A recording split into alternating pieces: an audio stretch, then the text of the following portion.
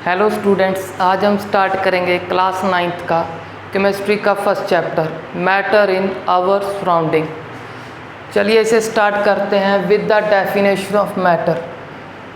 Matter की definition क्या है? Anything that have mass and occupy space is called matter. अब इसका मीनिंग क्या हुआ? इसका सिंपल मीनिंग जो है, अगर कोई भी कंपाउंड, कोई भी ऑब्जेक्ट जिसका मास है और स्पेस को ऑक्यूपाई कर रहा है, उसे हम मैटर बोलेंगे। अब मैटर हैव 3 टाइप्स। मैटर की मेनली 3 टाइप्स हैं, सॉलिड, लिक्विड और गैसेस। ये 3 टाइप्स हमारे 9th क्लास के सिलेबस में है। वैसे तो मैटर की 7 टाइप्स हैं। First is solid, second liquid, third gases, fourth plasma. Plasma की टोटल 2 टाइप्स होती हैं। 2 टाइप्स के होने के कारण मैं इसको 7 टाइप्स बोल रहा हूँ। यहाँ पर तो मैंने 6 लिखी हैं।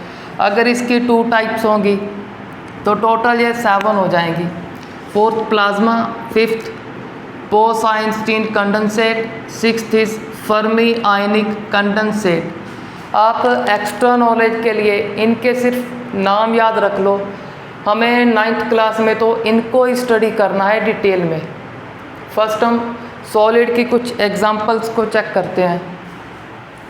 सॉलिड के एग्जांपल हम हमारे आसपास सराउंडिंग में कुछ भी सॉलिड ऑब्जेक्ट चेक कर लो और उसकी एग्जांपल हम सॉलिड में लिख सकते हैं, like table, chair, book, pen etcetera. अब हम नेक्स्ट मूव करते हैं लिक्विड पे। लिक्विड की एग्जांपल सिंपल हम वाटर लिखेंगे।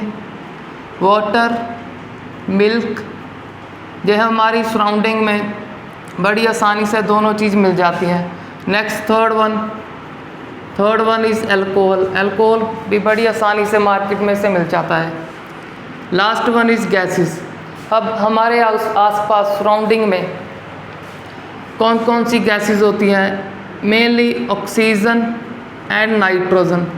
ये दोनों गैसेस मेजर कंपोनेंट है एयर का। आप इसमें एयर को भी लिख सकते हो, air is a mixture of oxygen and nitrogen. और किसी और गैस का एग्जाम्पल भी लिख सकते हो, जैसे कार्बन डाइऑक्साइड। अब हमारे पास साइड में एक क्वेश्चन है, which of the following are matter. इनमें से चेक करना है कौन कौन से मैटर हैं। हम मैटर उनको बोलेंगे जो इसकी डेफिनेशन को फॉलो करेंगे, मतलब जिसका कुछ ना कुछ मास होगा और कुछ ना कुछ स्पेस को ऑक्यूपाई करेंगे। फर्स्ट ऑफ ऑल चेक करते हैं चेयर। अगर किसी भी चेयर का एग्जांपल चेक करोगे, बड़ी चेयर हो या छोटी, उसका कुछ ना कुछ मास, वेट तो होता है और चेयर कुछ ना कुछ स्पेस भी, वॉल्यूम को भी ऑक्यूपाई करेगी। तो चेयर दोनों कंडीशन को फॉलो कर रही है। चेयर का मास भी होता है और चेयर को स्पेस भी चाहिए। तो chair is the example of matter. Next is air. अब एयर हमने लिखा है एग्जाम्पल ऑफ गैस में। किसी बच्चे को इसका डाउट रहता है कि एयर क्या स्पेस ऑक्यूपाई करता है या एयर का वेट है। तो इसके लिए एक सिंपल सा एग्जाम्पल है हमारे पास। हम पहले चेक करेंगे कि एयर ऑक्यूपाई स्पेस और नॉट। क्या हवा को रहने के लिए जगह चाहिए? तो इसकी सिंपल एग्जाम्पल है बैलून। अगर हम बैलून में एयर फिल करेंगे तो इस बैलून के इनसाइड में क्या होगा? एयर स्पेस को ऑक्यूपाई करेगी। एक कंडीशन तो फॉलो हो गई। इसका सिंपल एग्जांपल आप वहाँ पे से भी चेक कर सकते हो, कार के टायर से या बाइक के टायर से। बाइक में के टायर में जब हम एयर को एंटर करते हैं, एयर से फिल करते हैं, तो टायर के अंदर एयर क्या करती है? स्पेस को ऑक्यूपाई करती है। तो ये तो हमारे सराउंडिंग में बहुत सारे एग्जांपल हैं जहाँ से हम चेक कर सकते हैं कि एयर ऑक्यूपाई स्पेस। अब बात है, इज़ एयर हैव मास और नॉट। इसके लिए भी सिंपल एग्जांपल है। हमें क्या करना है? 2 बैलून को बाय करना है, 2 बैलून्स ऑफ सेम साइज। एक को फिल नहीं करना, दूसरे को फिल करना है। एक को फिल करना, दूसरे को एयर से फिल नहीं करना, उसको एम्प्टी रखना है। अब करना क्या है, एक थ्रेड की हेल्प से एक नॉर्मल सी स्टिक लेंगे, उस स्टिक को कहीं हैंग कर देंगे सेंटर से टाई करके। जब सेंटर से कहीं टाई करके हैंग करेंगे, एक एंड पे एम्प्टी बैलून को हैंग कर देना है, दूसरी साइड उस बैलून को जिसके अंदर हमने एयर फिल की है उसको हैंग कर देना है। जब आप चेक करोगे ये स्टिक जो बैलून आपने फिल किया हुआ है उस साइड थोड़ा डाउनवर्ड हो जाएगा। अब ये डाउन क्यों जा रहा है, ये साइड बैलून तो हमारे सेम साइज़ के थे, मतलब सेम वेट के थे।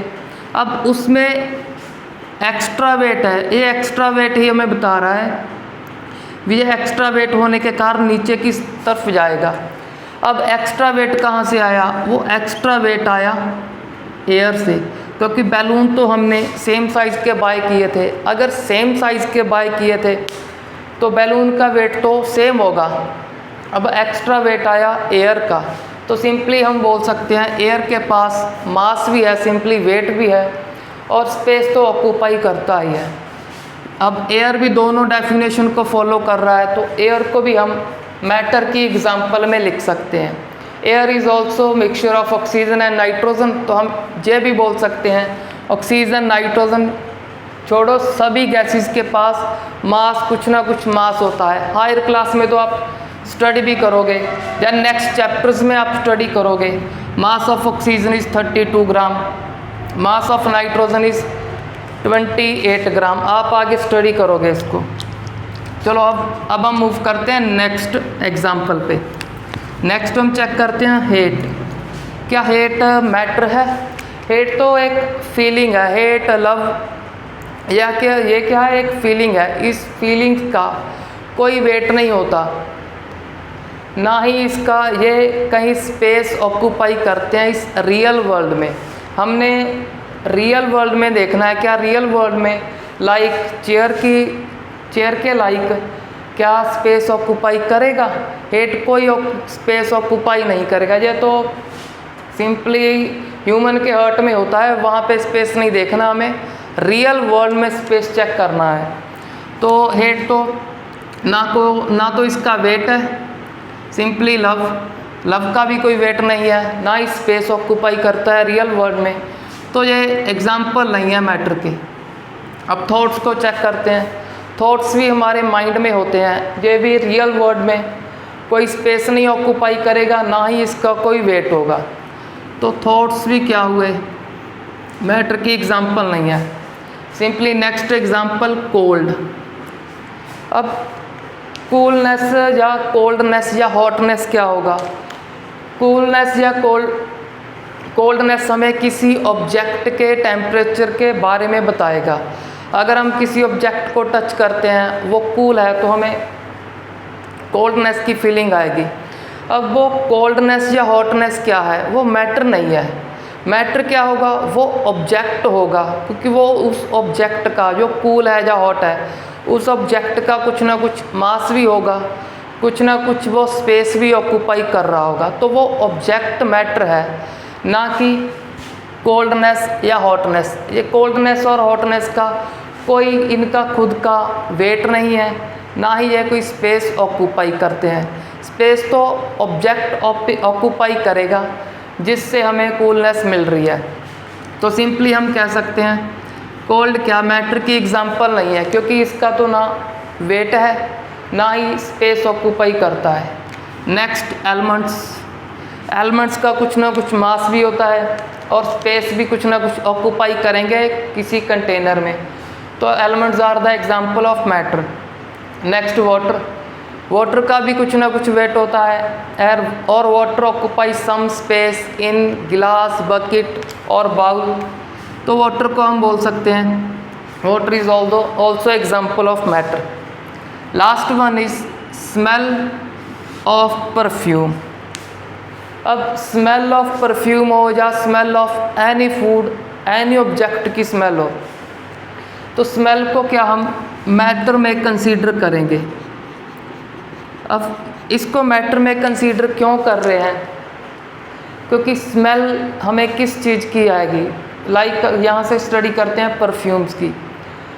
परफ्यूम की स्मेल में क्या होगा, जब हम परफ्यूम को अप्लाई करेंगे हमारी बॉडी में, तो परफ्यूम के क्या कुछ वेपर इस एयर में स्प्रेड होंगे। अब जो वेपर्स हैं, उन वेपर्स के कारण हमें स्मेल आ रही है, क्योंकि वेपर्स तो दूर तक स्प्रेड आउट हो जाएंगे। अब हमने चेक करना है स्मेल हुई वेपर्स की। अब उन वेपर्स का कुछ ना कुछ मास भी होगा, स्पेस तो जहाँ आसपास हमारे ऑक्यूपाई करेंगे ही। तो स्मेल ऑफ परफ्यूम किसकी है, वेपर्स की। किसके वेपर, परफ्यूम के। उन वेपर्स का मास भी होता है और स्पेस को भी ऑक्यूपाई कर रहे हैं। तो हम स्मेल ऑफ परफ्यूम और स्मेल ऑफ फूड को मैटर की एग्जांपल में कंसीडर कर सकते हैं। तो last one is also example of matter. In example की हेल्प से आपको मैटर की डेफिनेशन अच्छे से क्लियर होगी। अब हम नेक्स्ट मूव करते हैं, characteristics of particles of matter. अब हमने जो मैटर की एग्जांपल डिस्कस की है इस क्वेश्चन में और यहाँ पे, अब हमने चेक करना है मैटर किसी न किसी पार्टिकल्स से बना होता है, किसी न किसी पार्टिकल्स से बना होता है। अब हम चेक करेंगे उन पार्टिकल्स की क्या कैरेक्टरिस्टिक्स है, क्या प्रॉपर्टीज़ है। उनकी मेनली 4 प्रॉपर्टीज़ हैं। इन 4 प्रॉपर्टीज़ को वन बाय वन स्टडी करते हैं हम।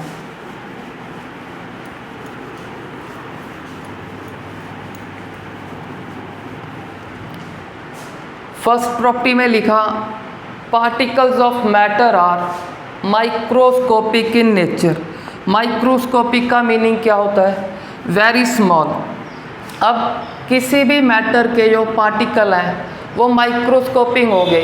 माइक्रोस्कोपिक मतलब वेरी स्मॉल। अब कितने स्मॉल होंगे, याद रखने के लिए इसे ऐसा समझ लो, ये पार्टिकल्स इतने स्मॉल हैं।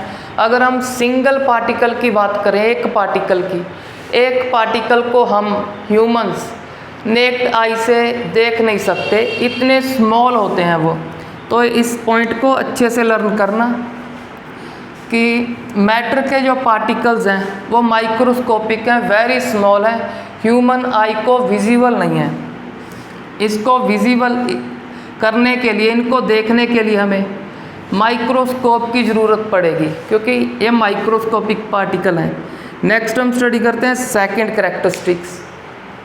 अब सेकंड कैरेक्टरिस्टिक्स क्या है, मैटर के जो पार्टिकल हैं उनके बीच में कुछ ना कुछ स्पेस होता है, उस स्पेस को हम इंटर पार्टिकल स्पेस बोलेंगे। तो सेकंड में लिखा है, inter particle space is present between particles of matter. अब हम ये चेक करेंगे सॉलिड, लिक्विड और गैसेस के बीच में इंटर पार्टिकल स्पेस किस में ज़्यादा होता है। तो फर्स्ट में लिखता हूँ सॉलिड।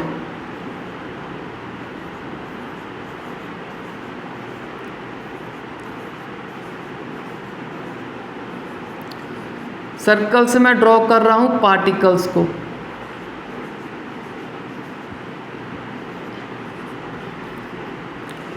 सॉलिड में आप चेक करो, किसी भी 2 पार्टिकल्स को चेक करो। हम चेक करते हैं इन 2 पार्टिकल्स को, या इन 4 को चेक कर लेते हैं। इन 4 के बीच में आप देखो ये थोड़ा सा स्पेस है, इस थोड़े से स्पेस को ही हम इंटर पार्टिकल स्पेस बोलेंगे। अब सॉलिड में क्या होता है, ये पार्टिकल क्लोज पैक होते हैं। क्लोज पैक होने के कारण जो वेकेंट स्पेस है, खाली स्पेस है, बहुत ही कम होता है। तो हम लिख सकते हैं सिंपली इसमें निग्लिजिबल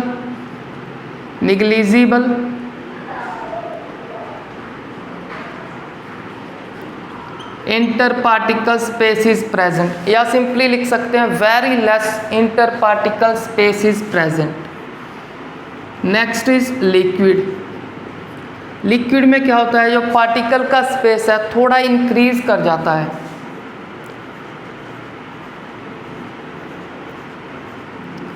थोड़ा इंक्रीज होने के कारण हम सिंपली लिख सकते हैं inter particle space in liquid is more than solids.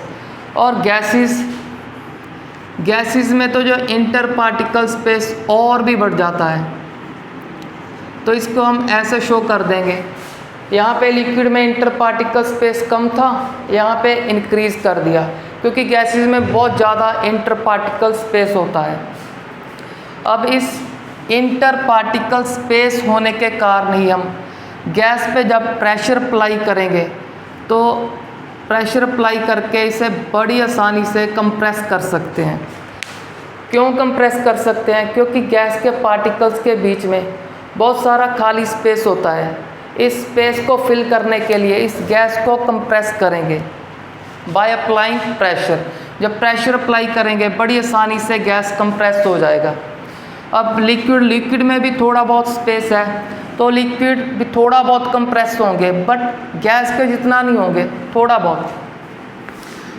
Solid में तो यह स्पेस बहुत ही कम है, इसको लिख सकते हो कंप्रेसिबल नहीं है, या हुए भी तो बहुत ही वेरी लेस होंगे, लिक्विड से भी कम कंप्रेस होंगे। तो इस पॉइंट को अच्छे से लर्न कर लेना कि गैस कंप्रेस क्यों होते हैं, due to more inter particle space. अब हमने ऑर्डर भी चेक कर लिया, इंटर पार्टिकल स्पेस किस में जाता होता है, गैस में, उससे कम लिक्विड, सबसे कम सॉलिड में। अब चेक करेंगे force of attraction. Third characteristics क्या है इन पार्टिकल्स का, कि इन पार्टिकल्स के बीच में एक फोर्स ऑफ अट्रैक्शन होता है। अब आप सिंपली चेक कर सकते हो फोर्स ऑफ अट्रैक्शन का मीनिंग क्या है। पार्टिकल एक दूसरे को अट्रैक्ट करेंगे, जब अट्रैक्ट करेंगे तो पार्टिकल क्लोज आएंगे। आप चेक कर लो किसके पार्टिकल क्लोज हैं, तो सबसे क्लोज हैं सॉलिड के। अगर सॉलिड के पार्टिकल क्लोज हैं तो इन पार्टिकल में फोर्स ऑफ अट्रैक्शन ज़्यादा होगा। लिक्विड के थोड़े दूर हैं तो लिक्विड में force of attraction as compare to solid थोड़ा सा कम होगा, और गैस के पार्टिकल तो मैक्सिमम दूर हैं, तो फोर्स ऑफ अट्रैक्शन सबसे कम गैस में होगा। फोर्स ऑफ अट्रैक्शन की कुछ ना कुछ अमाउंट तो होगी यहाँ पे, पर वो बहुत ही वीक होगी, बहुत ही लेस होगी। अब हम स्टडी करेंगे फोर्थ प्रॉपर्टी को। अब फोर्थ प्रॉपर्टी क्या है? फोर्थ प्रॉपर्टी है मैटर्स के जो पार्टिकल हैं इसमें मोशन होता है, रैंडम मोशन। रैंडम मतलब किसी भी डायरेक्शन में अपने आप मूव करते रहते हैं। सबसे पहले हम स्टार्ट करते हैं सॉलिड से। सॉलिड के जो पार्टिकल में मूवमेंट होती है, मोशन होती है, वो मोशन सबसे कम होता है। अब हम बात करते हैं सॉलिड में मोशन सबसे कम क्यों होता है, क्योंकि इसमें फोर्स ऑफ अट्रैक्शन हाई है और वेकेंट स्पेस कम है। मेनली वेकेंट स्पेस कम होने के कारण इनका जो मोशन है वेरी लेस होता है, वेरी लेस। लिक्विड में स्पेस ज़्यादा होने के कारण, इंटर पार्टिकल स्पेस ज़्यादा होने के कारण थोड़ा सा मोशन इंक्रीज हो जाता है। ये मॉलिक्यूल या इसके पार्टिकल कोई इस डायरेक्शन में मूव करेगा, कोई इस डायरेक्शन में, अपनी मर्जी से मूव करेंगे। तो इनकी अलग अलग डायरेक्शन है, इसलिए हम लिख रहे हैं particles move in random direction.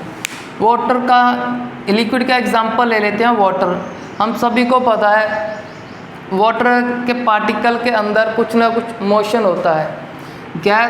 Gas में तो और भी इंटर पार्टिकल स्पेस इंक्रीज कर गया, तो इसका मोशन तो बहुत ज़्यादा होगा, वेरी फास्ट मूवमेंट। गैस के पार्टिकल्स में रैंडम मोशन और भी ज़्यादा इंक्रीज हो जाता है due to more inter particle space. अब हमारे पास कैरेक्टरिस्टिक्स तो इसकी डन हो गई। अब हम स्टडी करेंगे difference between solid, liquid and gases. कुछ डिफरेंस तो हमने कैरेक्टरिस्टिक के साथ साथ ही लर्न कर लिए। अब कुछ इसके डिफरेंस और स्टडी करते हैं। डिफरेंस को लर्न करने के बाद इसके कुछ इम्पॉर्टेंट क्वेश्चन करेंगे इस चैप्टर के।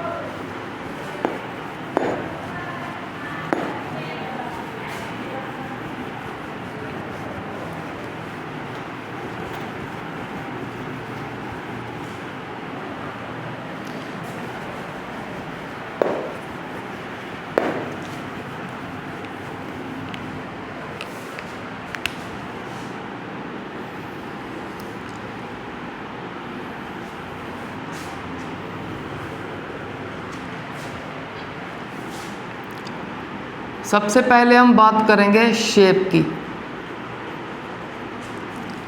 अब सॉलिड का शेप क्या होता है? सॉलिड के पास एक फिक्स्ड शेप होता है, फिक्स्ड शेप। लाइक हम एक मार्कर के एग्जांपल से इसको अंडरस्टैंड करते हैं।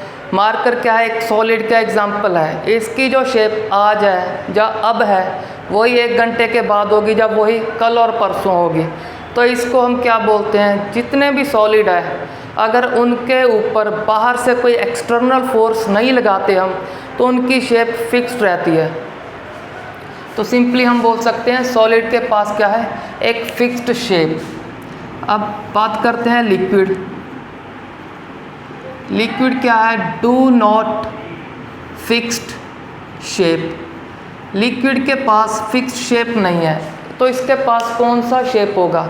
इसके पास सिंपली कंटेनर का शेप होता है।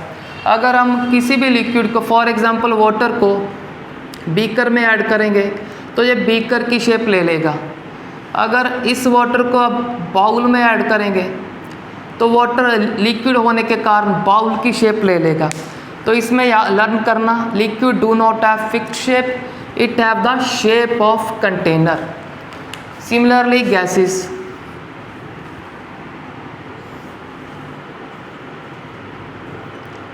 Similarly, gases do not have fixed shape.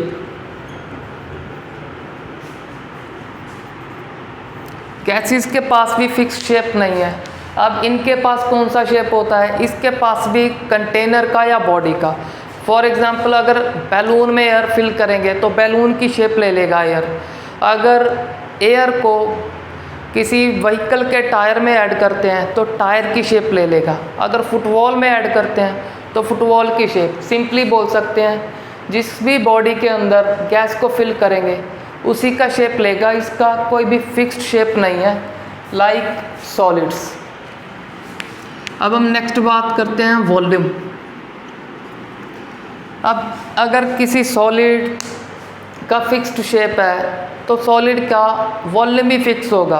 उसको रहने के लिए स्पेस क्या है? एक फिक्स्ड स्पेस चाहिए होगी, क्योंकि सॉलिड का एक फिक्स्ड वॉल्यूम है। लाइक मार्कर, मार्कर को जहाँ जितनी जगह चाहिए रहने के लिए वहाँ इसको अगर किसी और प्लेस में लेके जाएंगे तो वहाँ पे ही इतनी ही स्पेस ऑक्यूपाई करेगा। और चेयर की एग्जांपल ले सकते हो आप। अगर चेयर सपोज करो, चेयर इतनी जगह ऑक्यूपाई करता है इसको प्लेस करने के लिए। अगर चेयर को कहीं और प्लेस करेंगे तो वहाँ पे भी वो इतना ही स्पेस, इतना ही वॉल्यूम ऑक्यूपाई करेगा। तो सिंपली हम बोल सकते हैं solid have definite volume. Solid have definite और सिंपली बोल सकते हो फिक्स्ड वॉल्यूम। अब लिक्विड की बात करते हैं। लिक्विड के वॉल्यूम को चेक करने के लिए हम सपोज कर लेते हैं किस बीकर में क्या है? 200 ml वाटर है। अब हमारे पास जहाँ पर है एक बड़ा बीकर। अब हम क्या करेंगे? इस स्मॉल बीकर में जो वाटर है उसको उसमें ऐड कर देंगे। जब इस बड़े बीकर में हम वाटर को ऐड करेंगे, ये वाटर यहाँ पे कितना था? इसका वॉल्यूम था 200 ml। अब यहाँ पे जाके भी ये वाटर 200 ml से कम और ज़्यादा नहीं होगा, उसमें भी 200 ml ही रहेगा। अगर इसका वॉल्यूम सेम रह रहा है तो हम बोल देंगे liquid also have fixed volume. Liquid ने क्या? कंटेनर को बड़ा देख के अपना वॉल्यूम इंक्रीज़ नहीं किया, वॉल्यूम सेम ही है। यहाँ पे भी 200 ml वाटर था, यहाँ पे भी 200 ml वाटर ही होगा। नेक्स्ट हम बात करते हैं गैसेस की। अब गैसेस का क्या है? Do not have fixed volume. Fixed volume.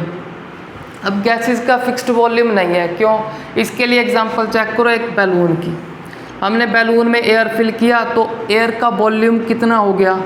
जो इस बैलून का वॉल्यूम है एयर ने उतना वॉल्यूम ऑक्यूपाई कर लिया। अगर हम इस बैलून को खुला छोड़ेंगे तो इसके अंदर से गैस बाहर आएगी और पूरे इन्वायरमेंट में स्प्रेड हो जाएगी। तो इन्वायरमेंट का वॉल्यूम तो ज़्यादा है बट बैलून का वॉल्यूम कम था, तो कम वॉल्यूम से ज़्यादा वॉल्यूम को ऑक्यूपाई कर रही है। तो इसका वॉल्यूम कभी कम था कभी ज़्यादा है, तो सिंपली बोलेंगे do not have fixed volume. अब गैस का वॉल्यूम कितना होगा? गैस को हम रहने के लिए जितना वॉल्यूम देंगे वो सभी वॉल्यूम को ऑक्यूपाई कर लेगी। लाइक बैलून में बैलून को ऑक्यूपाई करेगी, बैलून के इनसाइड की सारी स्पेस। अगर बैलून को सपोज करो एक रूम में खुला छोड़ा है तो इस रूम में स्प्रेड हो जाएगा पूरा गैस। अगर रूम के दरवाजे को ओपन कर देते हैं तो वो गैस बाहर इन्वायरमेंट में स्प्रेड हो जाएगा। तो गैस को सिंपली हम जितना वॉल्यूम देंगे उतना ही वॉल्यूम को वो ऑक्यूपाई कर लेगा। अब हम सिंपली स्टडी करते हैं third property. Third property is rigidity. अब रिजिडिटी क्या होता है? रिजिडिटी एक सिंपल प्रॉपर्टी है।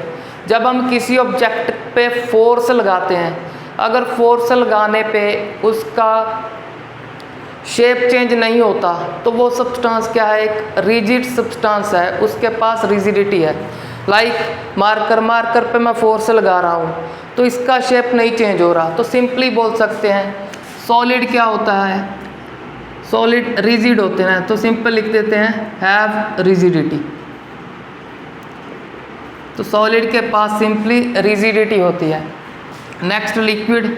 अब चेक करते हैं क्या फोर्स लगाने पे लिक्विड का शेप चेंज होता है या ना। तो सिंपली हम क्या करेंगे, फिर से बैलून की एग्जांपल लेंगे और इस बैलून में अब एयर नहीं, अब फिल किया है लिक्विड, वाटर फिल किया है। अगर हम फोर्स लगाएंगे तो लिक्विड का तो या सिंपली बोलो बैलून का तो शेप चेंज होगा। अगर शेप चेंज होगा सिंपली बोल सकते हैं नॉट रिजिड। अब लिक्विड रिजिड नहीं है, फोर्स लगाने पे इसका शेप चेंज हो रहा है। Next gases. गैसेस के लिए फिर बैलून का एग्जांपल हो, बैलून के ऊपर फोर्स लगाओ तो उसका शेप चेंज होगा गैसेस का। तो गैसेस के पास ऑल्सो रिजिडिटी नहीं है, do not have rigidity. Next हम चेक करते हैं फ्लो करैक्टरिस्टिक, फ्लूइडिटी। अब हम चेक करेंगे क्या सॉलिड फ्लो करते हैं। अगर हम सॉलिड को एक नॉर्मल प्लेस पे रखेंगे तो सॉलिड फ्लो नहीं करेंगे, तो सिंपली बोल सकते हैं do not flow easily, do not flow. अब लिक्विड को तो हम अगर नॉर्मल प्लेस पे रखना चाहेंगे, ये एक जगह पे नहीं रुकेगा, आगे मूव करेगा। लाइक एक वाटर के गिलास को ज़मीन पर फेंक कर देखना, वाटर यहाँ फेंक रहे हैं वहाँ नहीं रुकेगा, किसी और प्लेस पे चला जाएगा फ्लो करके। तो सिंपली हम बोल सकते हैं लिक्विड कैन फ्लो। अब लिक्विड आसानी से कहाँ फ्लो करेंगे? लिक्विड को आसानी होगी जब हायर प्लेस से लोअर प्लेस पे जाएगा। तो सिंपली बोल सकते हैं liquid can flow from high level to lower level, बड़ी आसानी से फ्लो करते हैं। अब हम नेक्स्ट मूव करते हैं गैसेस के पास। Gases also flow. अब गैस कहाँ से कहाँ फ्लो करेंगी? गैस सिंपली फ्लो करेगी from high pressure to low pressure. अब इसको स्टडी करने के लिए जब हम किसी बैलून को फिल करेंगे, जब हम फिल करना स्टार्ट करेंगे उस बैलून के अंदर एयर एंटर होगा। जब हम एयर को इंक्रीज़ करते रहेंगे उसके अंदर एंटर करते रहेंगे तो इस बैलून के अंदर क्या एयर का प्रेशर इंक्रीज़ होगा। अगर हमने ज़्यादा एयर ऐड कर दी तो ज़्यादा प्रेशर होने के कारण वो बैलून बस्ट भी हो सकता है। सिंपली हम चेक करेंगे, थोड़ी सी कम एयर ऐड कर लेंगे कि बैलून बस्ट ना हो। जब हम उसमें एयर ऐड करेंगे तो बैलून के इनसाइड एयर का प्रेशर इंक्रीज़ होगा। जब हम उसको ओपन छोड़ेंगे, अंदर तो प्रेशर हाई था, बाहर लो। अंदर प्रेशर हाई होने के कारण और बाहर लो होने के कारण ओपन जब छोड़ेंगे तो गैस हाई प्रेशर से लो प्रेशर पे मूव करेगा। जो सिंपली हमको पता है, सिंपली इसे याद करना आसान है। Gases flow from high pressure to low pressure. Like tyre का एग्जांपल ले लेते हैं। जब टायर का टैप को ओपन करते हैं, उसके ओपनिंग पॉइंट को, तो टायर के अंदर प्रेशर हाई है, इन्वायरमेंट में लो, तो अंदर हाई प्रेशर है, बाहर लो होने के कारण टायर के अंदर से गैस बाहर आ जाती है। तो हम स्टडी करते हैं नेक्स्ट प्रॉपर्टी। यहाँ पे हमने 4 प्रॉपर्टी स्टडी कर ली, अब 5th पे चलते हैं। 5th हो गया इंटर पार्टिकल स्पेस। सिंपली मैं स्पेस लिख देता हूँ, इसको हमने पहले स्टडी कर लिया वैसे। अब ये स्पेस कौन सा है? Inter particle space. अब सॉलिड है, सॉलिड में inter particle space is very less, पहले स्टडी हो गया हमारा। लिक्विड में थोड़ा इंक्रीज कर जाता है तो वेरी को हटा देंगे, सिंपली लेस बोल देंगे। और गैसेस में इंटर पार्टिकल स्पेस बहुत ज़्यादा होता है तो इसको लिख देंगे हाई।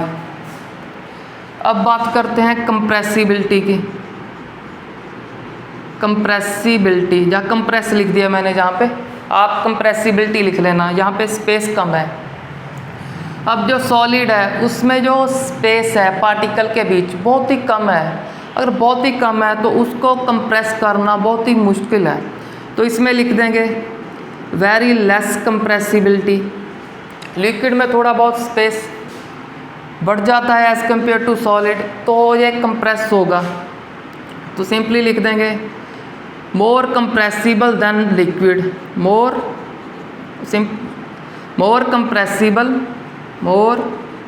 Compressible then solids. क्यों? क्योंकि लिक्विड के पार्टिकल में स्पेस इंक्रीज होने के कारण उस स्पेस को जब फिल करेंगे बाय अप्लाइंग प्रेशर तो थोड़ा बहुत कंप्रेस होंगे। अब गैस की बारी। गैस में तो इंटर पार्टिकल स्पेस बहुत ज़्यादा है, उस इंटर पार्टिकल स्पेस को कवर करने के लिए जब हम प्रेशर लगाएंगे बड़ी आसानी से कंप्रेस हो गए। आप एग्जांपल चेक करते हो फिर बैलून का, बैलून को दबाना बड़ी आसानी से कंप्रेस होगा, तो लिख देंगे ईजीली कंप्रेसिबल।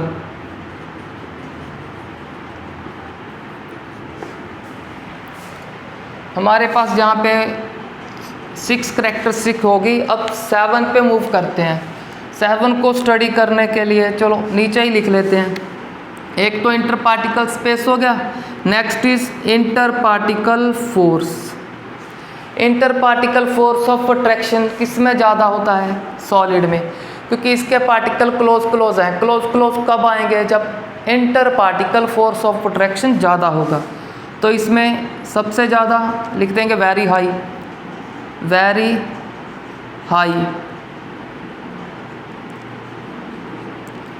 और लिक्विड में inter particle force of attraction as compare to solid थोड़ा सा कम होता है, तो लिख देंगे सिंपली लेस।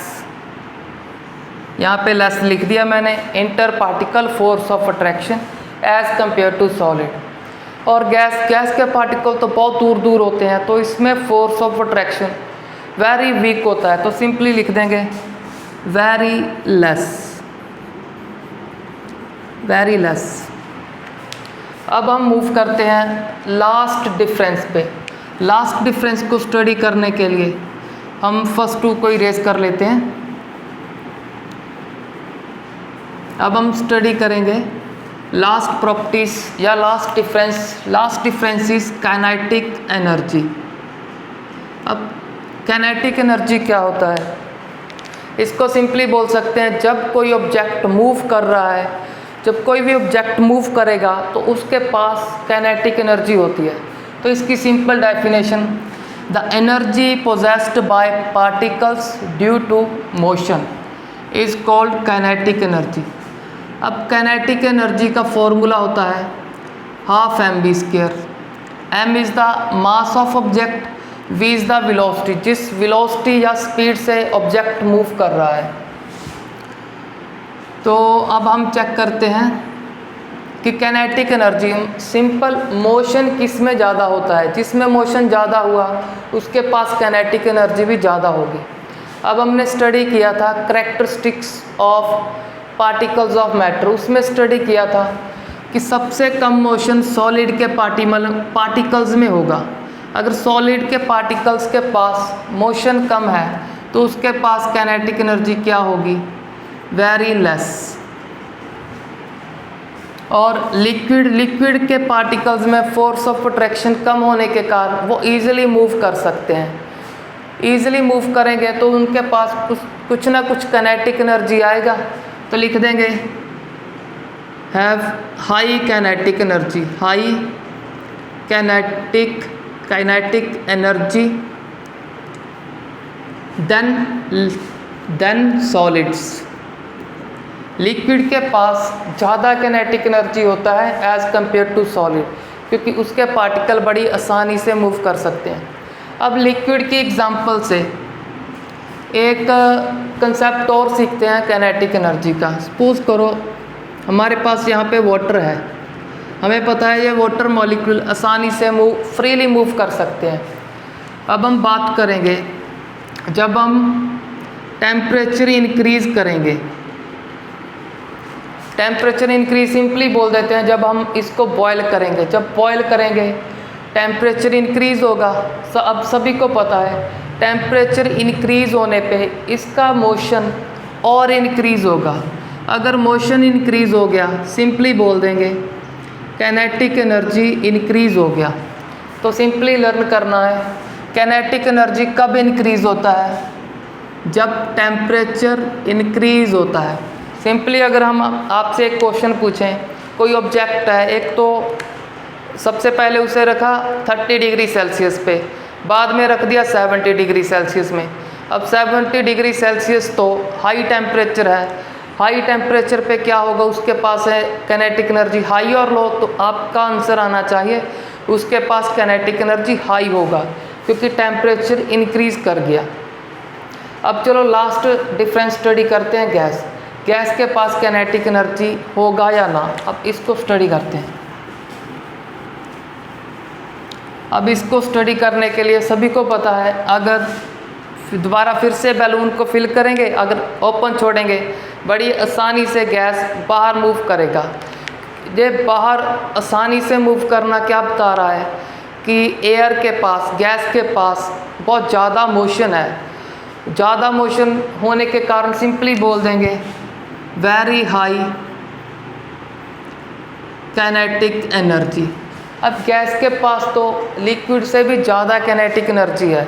अगर लिक्विड को एक बीकर में फिल करते हैं तो लिक्विड कम से कम बीकर में से अपने आप बाहर नहीं आता, पर गैस तो बैलून से अपने आप बाहर आएगा। और सिंपली किसी भी बॉडी से अपने आप बाहर आ जा सकता है, बाहर जा सकता है। अगर बाहर जा सकता है तो सिंपली बोल देंगे गैस के पास काइनेटिक एनर्जी लिक्विड के कंपैरिजन में भी ज़्यादा है। इससे हमारा सॉलिड लिक्विड गैस का डिफरेंस है जो कंप्लीट हो गया। अब हम कुछ क्वेश्चन करते हैं, कंसेप्चुअल क्वेश्चन।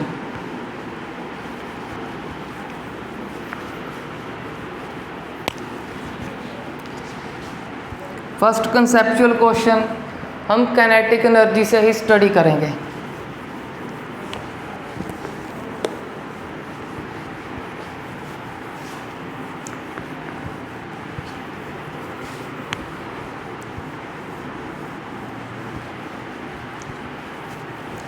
अब फर्स्ट क्वेश्चन हमारा ये है कि जो हॉट सीजलिंग फूड होता है, जो फूड हॉट है, उस हॉट फूड का जो स्मेल है वो दूर तक आता है।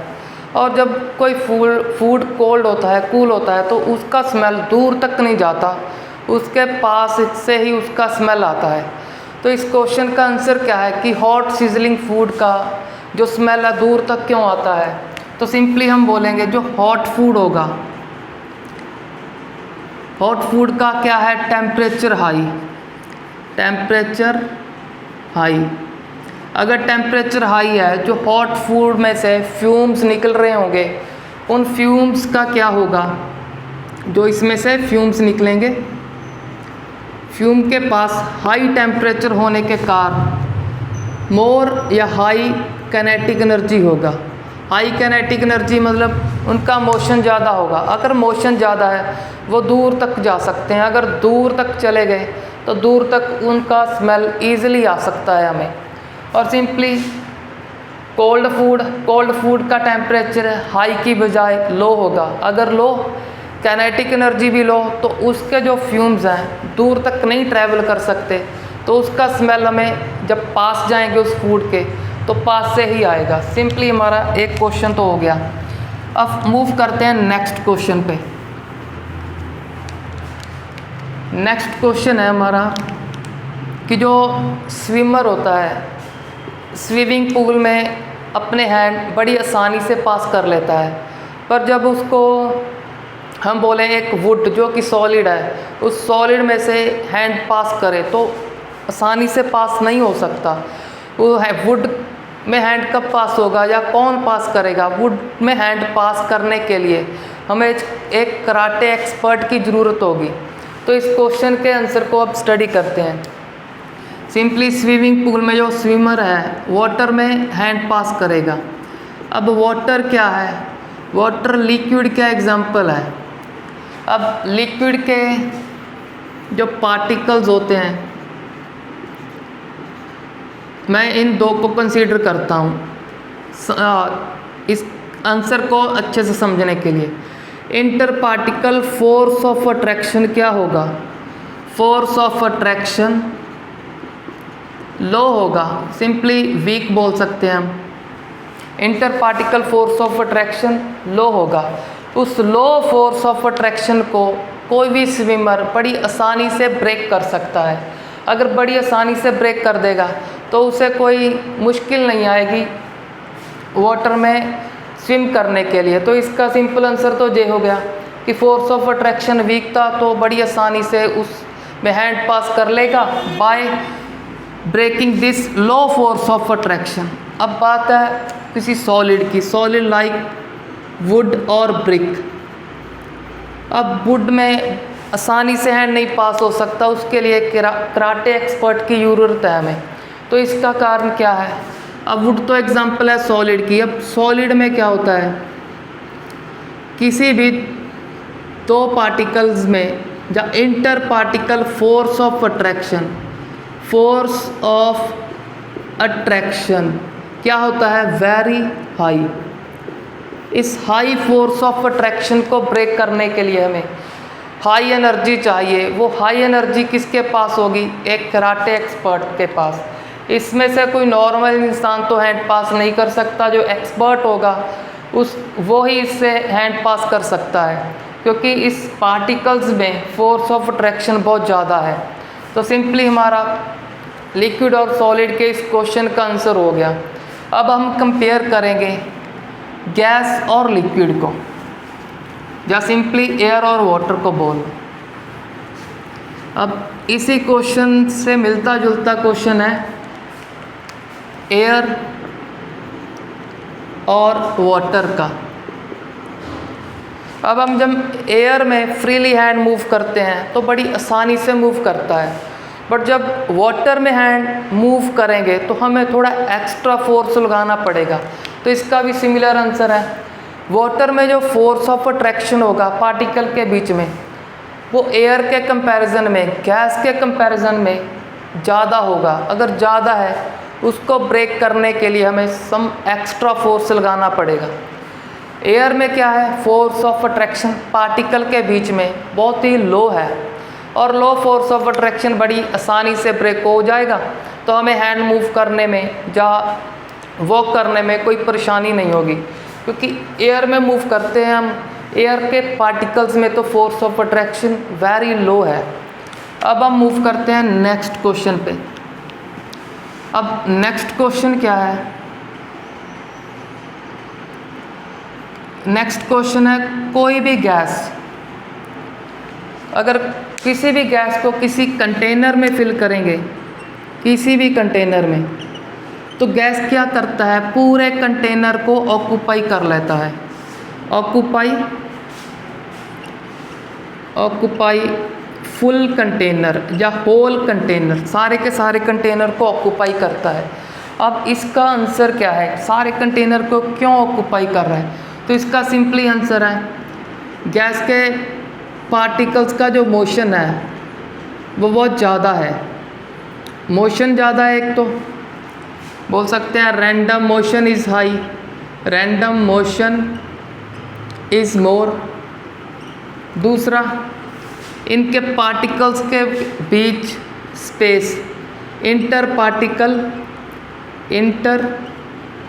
Particle space is also high. अगर पार्टिकल स्पेस ज़्यादा है तो दूर होंगे, जब दूर होंगे तो पूरे कंटेनर को ऑक्यूपाई करने की कोशिश करेंगे। एक इंटर पार्टिकल स्पेस आई है, रैंडम मोशन है, इधर उधर मूव करेंगे तो सारे कंटेनर को ऑक्यूपाई करेंगे। Third, less force of attraction between particle, less force of attraction between particles. In particles के बीच में जो फोर्स ऑफ अट्रैक्शन है वो बहुत ही लेस है, तो दूर होंगे, जब दूर होंगे पूरे कंटेनर को ऑक्यूपाई कर लेंगे। ये 3 रीजंस हैं कि कंटेनर को पूरे को ऑक्यूपाई क्यों करते हैं। अब गैस का एक क्वेश्चन और है, ये जो गैस पार्टिकल्स हैं, गैस पार्टिकल कंटेनर की वॉल्स पे प्रेशर लगाते हैं। अब इसका आंसर क्या है कि वॉल्स पे प्रेशर क्यों लगाते हैं? तो इसका आंसर है गैस के पार्टिकल्स के पास कैनेटिक एनर्जी क्या है? हाई। अगर हाई कैनेटिक एनर्जी है तो वॉल से उस कैनेटिक एनर्जी के साथ स्ट्राइक करेंगे। जब स्ट्राइक करेंगे कुछ ना कुछ फोर्स लगेगा वॉल्स पर, उस फोर्स के कारण ही वॉल पे कुछ ना कुछ प्रेशर क्रिएट हो जाता है। तो सिंपली इसका आंसर है due to high kinetic energy they strike on the walls of container and exert some force, और उसी फोर्स के रिजल्ट से as a result of force gas particle exert pressure on the wall of container. तो simply हमारा ये question भी done हो गया। अब हम मूव करते हैं नेक्स्ट टॉपिक पे।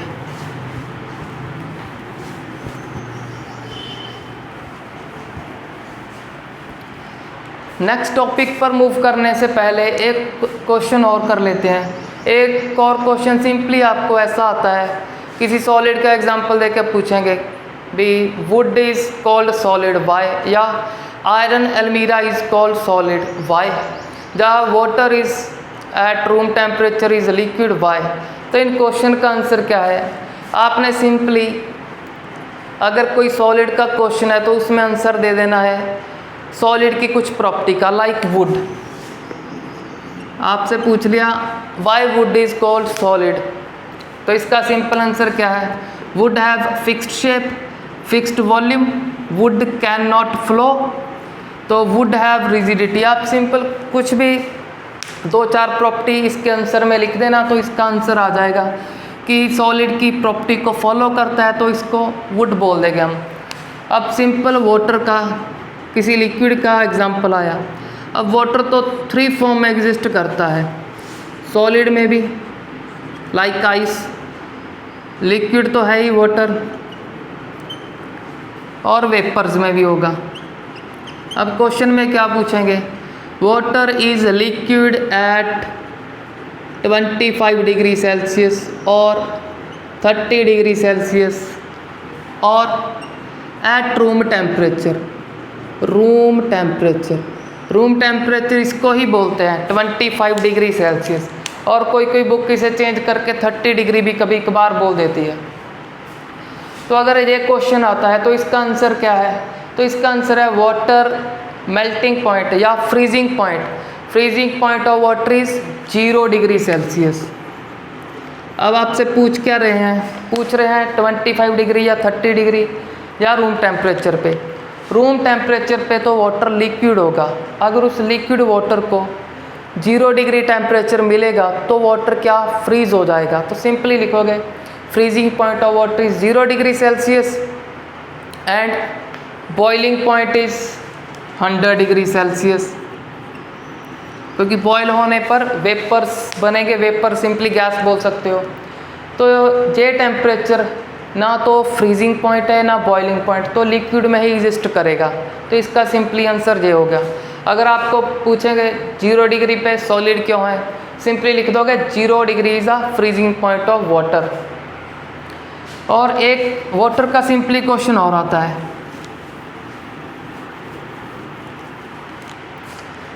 उस क्वेश्चन में क्या पूछते हैं कि 100 डिग्री सेल्सियस पे वाटर का क्या स्टेट होगा। तो उसमें आंसर में क्या लिखना है, जब 100 डिग्री सेल्सियस पे वाटर बॉयल हो रहा होगा, हमने सभी ने देखा है वाटर को बॉयल होते, जब वाटर बॉयल हो रहा होता है तब टेम्परेचर होगा 100 डिग्री सेल्सियस प्योर वाटर का। तब जब बॉयल होगा तो उसमें कुछ ना कुछ लिक्विड भी होगा और उसमें कुछ ना कुछ वेपर्स भी फॉर्म होंगे।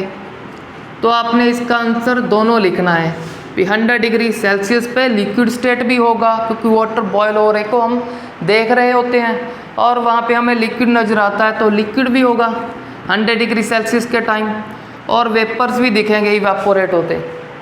और अगर 100 डिग्री सेल्सियस से बहुत ज़्यादा इंक्रीज़ कर दें, 250 डिग्री सेल्सियस बोल दें, यहाँ पे कोई भी लिक्विड स्टेट नहीं रहेगा, क्योंकि टेम्परेचर बहुत ज़्यादा हाई है। अब सारे का सारा वाटर एक टाइम पे ही वेपर्स में चेंज हो जाएगा। तो आपने सिंपली लिखना है 250 डिग्री सेल्सियस हाई टेम्परेचर है, हाई टेम्परेचर होने के कारण सारा वाटर वेपर्स फॉर्म में मिलेगा। तो इससे हमारे कंसेप्चुअल क्वेश्चन डन हो गए। अब हम मूव करते हैं नेक्स्ट कंसेप्ट पे।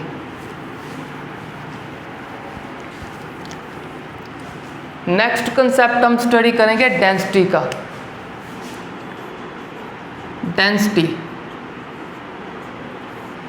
डेंसिटी का एक सिंपल सी डेफिनेशन है, mass per unit volume. Mass per unit volume is called density. अब इसकी सिंपल डेफिनेशन सभी बच्चों को याद होती है, mass per unit volume is called density. Definition भी याद होती है और फॉर्मूला भी याद होता है भी मास पर यूनिट वॉल्यूम, पर इसका अच्छे से मीनिंग कुछ ही बच्चों को पता होता है। तो इसको अच्छे से लर्न करने के लिए इस डेफिनेशन को क्रैम नहीं करना, हमने अच्छे से लर्न करना है। अच्छे से लर्न करने के लिए आपको पर यूनिट वॉल्यूम का मीनिंग पता होना चाहिए, जो कि बहुत सारे स्टूडेंट्स को पता नहीं होता ये पर यूनिट वॉल्यूम क्या है। तो इसको हम स्टडी करते हैं। इसको स्टडी करने से पहले इस फॉर्मूले को देख लीजिए क्या बता रहा है। Density is equal to mass by volume, M is mass, V is volume. ये फॉर्मूला बता रहा है अगर मास इंक्रीज़ होगा, वेट इंक्रीज़ होगा तो डेंसिटी इंक्रीज़ होगा। अगर वॉल्यूम इंक्रीज़ होगा, वॉल्यूम और डेंसिटी तो रेसिप्रोकल रिलेशन में है, अगर वॉल्यूम इंक्रीज़ होगा तो डेंसिटी डिक्रीज़ होगा। सिंपली आपको पता होना चाहिए जो इस तरह होते हैं उसको इन्वर्सली रिलेशन बोलते हैं, जो आमो सामने होते हैं, सामने सामने होते हैं, उनको डायरेक्टली प्रोपोर्शनल का रिलेशन होता है। डायरेक्टली का क्या मतलब है, अगर मास इंक्रीज़ होगा डेंसिटी भी इंक्रीज़ होगा, अगर वॉल्यूम इंक्रीज़ होगा, यहाँ पे इन्वर्सली रिलेशन है, अगर ये इंक्रीज़ हुआ डेंसिटी डिक्रीज़ होगा, अगर वॉल्यूम डिक्रीज़ हुआ तो डेंसिटी इंक्रीज़ होगा। चलो ये बात तो होगी। अब हम चेक करेंगे पर यूनिट वॉल्यूम, जो कि बहुत सारे स्टूडेंट को नहीं आता। अब इसको स्टडी करते हैं। सपोज करो हमारे पास एक स्मॉल बीकर है, तो इसमें हम बोल देते हैं इसमें है total 500 ml water, 500 ml water. तो एक मेरे पास है एक बड़ा बीकर, एक बिग बीकर है, लार्ज बीकर। अब इसमें वाटर भी ज़्यादा है, तो सिंपली यहाँ आसानी से आप चेक कर सकते हो, यहाँ पे वाटर ज़्यादा दिख रहा है हमें, यहाँ पे कम। अगर हम डेंसिटी का फॉर्मूला सीधा अप्लाई करेंगे, यहाँ पे भी मैं बोल रहा हूँ प्योर वाटर है, यहाँ पे भी बोल रहा हूँ प्योर वाटर। अगर मैं आपसे सिंपल क्वेश्चन पूछूं भी दोनों में वाटर है तो डेंसिटी किसका हाई होगा, जिस बच्चे को पर यूनिट वॉल्यूम की नॉलेज नहीं है तो सिंपली बोल देगा भी इसका डेंसिटी ज़्यादा होगा क्योंकि वाटर ज़्यादा है, इसमें वाटर कम है तो डेंसिटी कम होगा, इसका डेंसिटी ज़्यादा और इसका कम नहीं है, दोनों वाटर का डेंसिटी, अगर दोनों ही प्योर वाटर हैं, हम प्योर वाटर की बात कर रहे हैं, अगर दोनों प्योर वाटर हैं तो दोनों का डेंसिटी क्या होगा, density will be same, density is same. अब ये सेम कैसे हो गया वो हमें ये बताएगा पर यूनिट वॉल्यूम। अब पर यूनिट क्या वॉल्यूम क्या बोल रहा है, जब भी आपको डेंसिटी का कंपैरिजन करना है तो आपको इसका यूज़ करना है। अब इसका मीनिंग क्या है, पर यूनिट वॉल्यूम का मीनिंग है same volume, same volume check करना है। अगर आप जहाँ पे 500 ml वॉल्यूम क्या है आपके पास, इस स्मॉल बीकर में ये वॉल्यूम है, इसकी वैल्यू कितनी है 500 ml, तो वहाँ पे भी आपको 500 ml जगह ही चेक करनी है। तो यहाँ पे हम इसको मान लेते हैं ये जगह होगी हमारे पास, ये वॉल्यूम हो गया 500 ml। अगर हम सेम स्पेस को चेक करेंगे, सेम जगह को चेक करेंगे, हम सपोज करो जहाँ पे 500 ml है, ml तो अच्छे से लर्न करना, ml वॉल्यूम के यूनिट है, वेट के नहीं। हम यहाँ पे मान लेते हैं कि इस 500 ml में कितना वाटर होगा, मतलब उनका कितना वेट होगा। हम सपोज कर लेते हैं 500 ml जगह में 500 ग्राम ही वाटर होगा।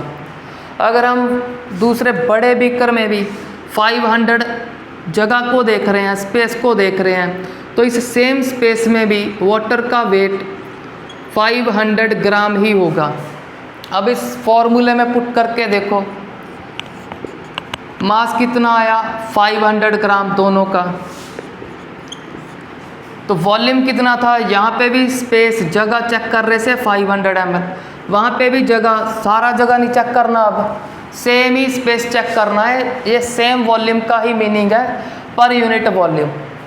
अब दोनों में वॉल्यूम भी सेम है। अब डेंसिटी कितना आएगा दोनों का आएगा 1। यूनिट का लगाओगे, ऊपर मास है, मास के यूनिट है ग्राम, नीचे वॉल्यूम है, वॉल्यूम के यूनिट क्या कंसीडर की है ml, तो ये सिंपली हमारे पास आ गया 1 ग्राम पर ml। तो सिंपली आपको याद करना है वाटर की जो डेंसिटी होती है, density of water at 25 degree Celsius, 25 degree Celsius पे वाटर की डेंसिटी 1 ग्राम पर ml होती है। इसका मीनिंग क्या है, इसका सिंपल मीनिंग ये है, अगर 1 ml जगह की बात कर रहे हैं, इसको सपोज कर लेना कि ये जगह कितनी है, कितना वॉल्यूम है 1 ml, 1 ml स्पेस में वाटर का कितना वेट आ सकता है, सिर्फ और सिर्फ 1 ग्राम। इसका मीनिंग ये है। अब मैंने यहाँ पे टेम्परेचर की बात की कि 25 डिग्री सेल्सियस पे वाटर का डेंसिटी 1 ग्राम पर ml होगा। अब मैंने यहाँ पे टेम्परेचर की बात क्यों की, टेम्परेचर की बात मैं इसलिए कर रहा हूँ क्योंकि डेंसिटी टेम्परेचर डिपेंडेंट है। अब ये कैसे टेम्परेचर डिपेंडेंट है उसको स्टडी करते हैं।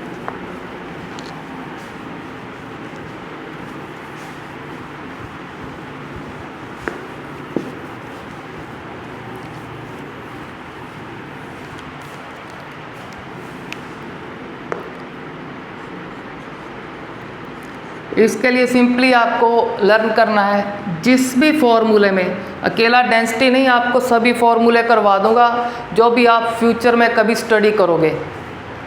जिस भी फॉर्मूले में, जिस भी क्वांटिटी के फॉर्मूले में वॉल्यूम आ गया, वो फॉर्मूला या वो टर्म क्या होगी, टेम्परेचर डिपेंडेंट होगी,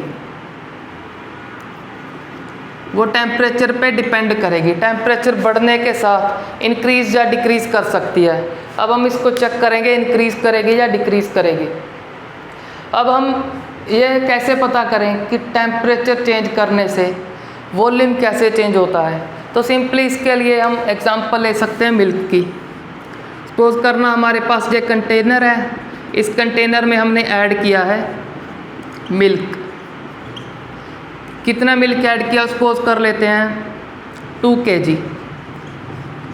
अगर हम 2 kg मिल्क को बॉयल करेंगे, हम सभी को पता है बॉयल करने पे 2 kg मिल्क कभी 3 kg या 4 kg नहीं होगा। अगर सिंपली हम ऊपर से कवर कर देंगे इसे किसी प्लेट की हेल्प से, तो हीट करने पे इस मिल्क का वेट कम भी नहीं होगा, 1 kg या ½ kg डिक्रीज़ भी नहीं होगा, इंक्रीज़ भी नहीं होगा। अगर सिंपली कंटेनर में मिल्क ऐड किया है, सपोज करो 2 kg, उसको बॉयल करेंगे, बॉयल करने पे इसका वेट इंक्रीज़ या डिक्रीज़ नहीं होगा। तो इंक्रीज़ डिक्रीज़ क्या होगा? इंक्रीज़ डिक्रीज़ होगा इसका ये वॉल्यूम। सिंपली सभी बच्चों ने देखा होगा अपने अपने घर पे, जब मिल्क को बॉयल करते हैं, जब बॉइलिंग पॉइंट आ जाता है तो मिल्क का लेवल क्या होता है? इंक्रीज़ कर जाता है, जब ऊपर तक आ जाता है। अब हमने जब बॉयल कर रहे थे तब क्या किया? Temperature increase. जब टेम्परेचर इंक्रीज़ किया तब वॉल्यूम क्या हुआ? वॉल्यूम भी इंक्रीज़ हुआ। अगर टेम्परेचर चेंज करने से वॉल्यूम पे चेंज आ रहा है, अगर वॉल्यूम ही चेंज हो गया टेम्परेचर चेंज करने पे, तो डेंसिटी तो ऑटोमेटिकली चेंज होगा। सिंपली हम बोल देंगे अगर टेम्परेचर इंक्रीज़ करेंगे, टेम्परेचर इंक्रीज़ किया तो वॉल्यूम इंक्रीज़, अगर वॉल्यूम इंक्रीज़ हुआ तो डेंसिटी डिक्रीज़, क्योंकि यहाँ पे इन्वर्सली का रिलेशन है। तो सिंपली हम लिख सकते हैं वॉल्यूम इंक्रीजेस, डेंसिटी डिक्रीजेस। तो मैंने आपको बताया था 25 डिग्री सेल्सियस पे डेंसिटी कितना होता है? अप्रॉक्सीमेटली 1 ग्राम पर ml। अब 35 डिग्री सेल्सियस टेम्परेचर इंक्रीज़ हो गया। अगर टेम्परेचर इंक्रीज़ हो गया तो वॉल्यूम क्या हो रहा होगा? डिक्रीज़। अगर वॉल्यूम टेम्परेचर इंक्रीज़ हुआ तो वॉल्यूम क्या होगा? इंक्रीज़। अगर इंक्रीज़ होगा तो डेंसिटी क्या इस टेम्परेचर पे थोड़ा सा डिक्रीज़ हो जाएगा। अब सिंपली हमारा डेंसिटी का कंसेप्ट तो हो गया। डेंसिटी का एक क्वेश्चन और लर्न करते हैं। डेंसिटी के लिए एक सिंपल आप सॉलिड लिक्विड गैस का कंपैरिजन याद रख लो। सॉलिड का जो डेंसिटी होता है सबसे ज़्यादा होता है, लिक्विड का कम, गैसेस का सबसे कम। ये एक नॉर्मल ट्रेंड है या जनरल ट्रेंड है, जनरल बात है। इसे जनरल क्यों बोल रहा हूँ? जनरल मतलब कभी कभार इसमें से किसी सॉलिड का डेंसिटी लिक्विड से कम भी हो सकता है, बट मोस्टली ये ट्रू है। अब हम एक क्वेश्चन करेंगे, उससे क्लियर हो जाएगा कहाँ कहाँ पे ये जनरल ट्रेंड अप्लाई हो रहा है, कहाँ पे नहीं अप्लाई हो रहा। इसको अप्लाई करने से पहले एक का कंपेयर करते हैं वाटर और हनी का। अगर वाटर और हनी का एग्जाम्पल चेक करें, किसका डेंसिटी हाई होगा, ये तो सभी को आता होगा कि हनी थोड़ा थिकर होता है। अगर थिकर है तो उसका डेंसिटी हाई होगा। इसको अगर प्रैक्टिकली करना होगा, सेम वॉल्यूम में मतलब सेम स्पेस में वाटर फिल करना, उसी सेम स्पेस में किसी दूसरे सेम साइज़ के कंटेनर में हनी को फिल कर लेना। एक में हनी, एक में वाटर, और इन दोनों को सेपरेट आपको वाटर बैलेंस पे रखना। जब वाटर बैलेंस पे रखोगे, वॉल्यूम तो हमने फिक्स कर लिया दोनों का। जब वाटर बैलेंस पे रखोगे, इसका वेट थोड़ा कम आएगा, हनी का थोड़ा ज़्यादा। इसका वेट अगर ज़्यादा आ रहा है, मास ज़्यादा, तो डेंसिटी भी ज़्यादा। तो सिंपली बोल दोगे हनी की डेंसिटी ज़्यादा है। ये उन बच्चों के लिए है जिनको आसानी से नहीं समझा रहा, उनके लिए प्रैक्टिकल, जो इजीली हनी को चेक करके देख कर के ही बता सकते हैं, देखकर ही आइडिया लगा सकते हैं भी इसका डेंसिटी हाई होगा क्योंकि थोड़ा हैवी लग रहा है वाटर से। वो सिंपली बता देना कि हनी की डेंसिटी ज़्यादा है। नहीं फिर प्रैक्टिकली करके देख लेना, आपको क्लियर हो जाएगा। तो अब हम एक क्वेश्चन करेंगे, उस क्वेश्चन में बोलेंगे एयर एग्जॉस्ट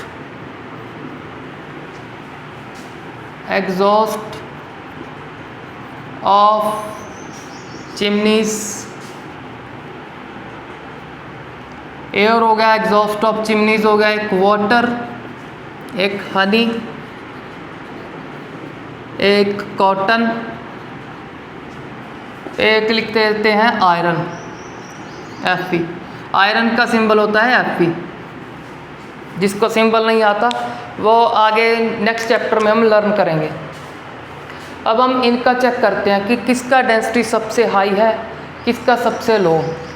तो सबसे पहले जनरल ट्रेंड लगाते हैं, भी सबसे हाई होगा सॉलिड का। इसमें कौन कौन सॉलिड है? एयर तो गैस है, exhaust of chimneys also gas, water liquid, Honey भी लिक्विड, कॉटन सॉलिड है और आयरन सॉलिड। तो कॉटन और आयरन में से कौन हैवी है? बड़ी आसानी से पता है, आयरन हैवी है, तो आयरन का डेंसिटी सबसे ज़्यादा होगा। नेक्स्ट बात आएगी कॉटन की, पर सेकंड नंबर पे कॉटन नहीं है, सेकंड पे आएगा हमारे लिक्विड। इन लिक्विड का कंपैरिजन हमने पहले ही कर लिया, तो हनी आएगा, हनी के बाद में वाटर आएगा, वाटर के बाद में आएगा कॉटन। अब कॉटन सॉलिड होने पे भी उसका डेंसिटी कम क्यों हो गया?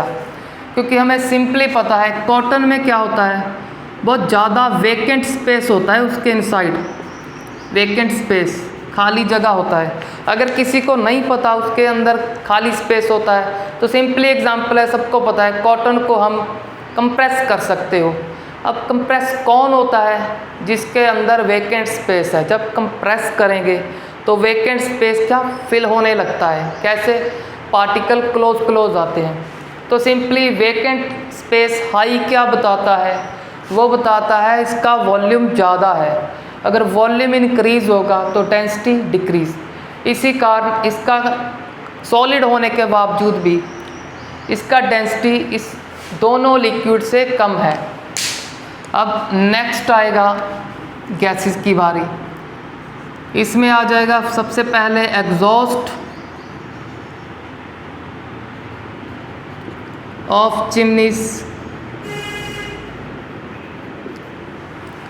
अब मैंने एग्जॉस्ट ऑफ चिमनीज एयर के पहले क्यों लिखा है? क्योंकि इसकी डेंसिटी हाई है। क्यों? क्योंकि जब चिमनी में से जो एग्जॉस्ट होगा उसमें गैसेस भी होगी और उस गैसेस में सॉलिड पार्टिकल होते हैं।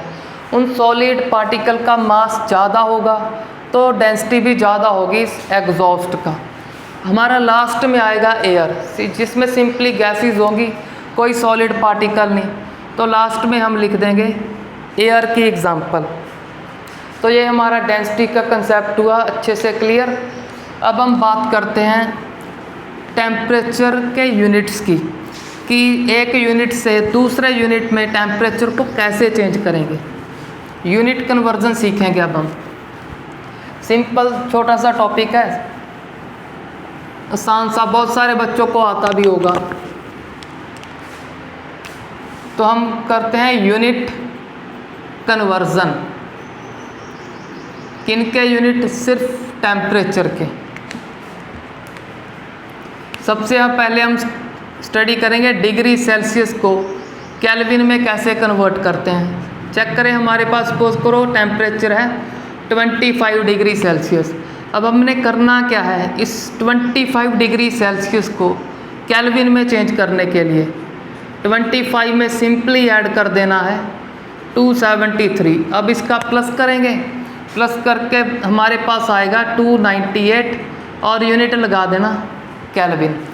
तो डिग्री सेल्सियस को केल्विन में चेंज करने के लिए 273 को ऐड करेंगे किस में? डिग्री सेल्सियस वाले नंबर में। तो सिंपली केल्विन में चेंज हो जाएगा। अब सिंपल हम बोलते हैं केल्विन को डिग्री सेल्सियस में कैसे चेंज करेंगे।